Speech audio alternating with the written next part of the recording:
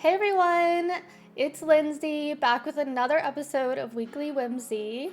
If you didn't know, this is where we celebrate our community, check out some really awesome projects, and I'll serve you up a quick nugget of knowledge that you don't want to miss. As always, everything mentioned in this video will be linked down in the description below, and if you don't want to miss any future updates, hit the subscribe button and you'll get updates every week.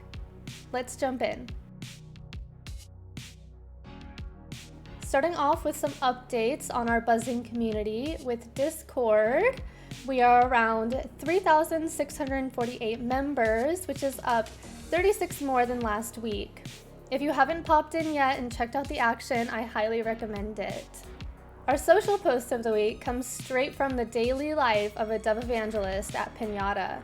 Witness the digital nomad lifestyle in action as Kelly shares her average day in our latest Instagram reel straight from London. Let us know which Pinata team member you want to see next in the daily life series. For this week's Powered by Pinata, I am thrilled to highlight a kid called Beast. This digital collectible merges art, culture, fashion, and music, making waves by ranking #1 on OpenSea on its first day.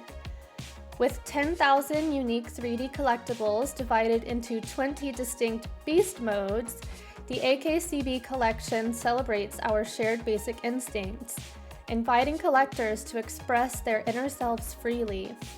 Fancy finding your own beasthood?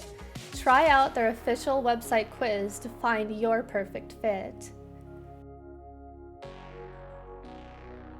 Turning our gaze over to upcoming events, although Pinata won't be attending ETH Toronto this year, I highly recommend checking it out. It looks like it'll be such a blast.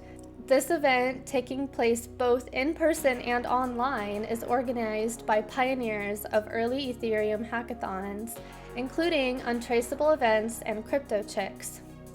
Also, by participating in ETH Toronto, you'll gain free access to the Blockchain Futurist Conference, where you can enjoy talks from over 100 speakers, network at exhibitor booths, and more.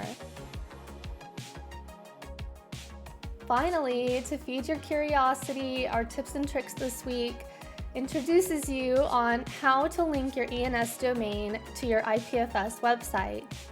Unpack the concept of decentralizing your website, understand its benefits, and take control of your site's existence.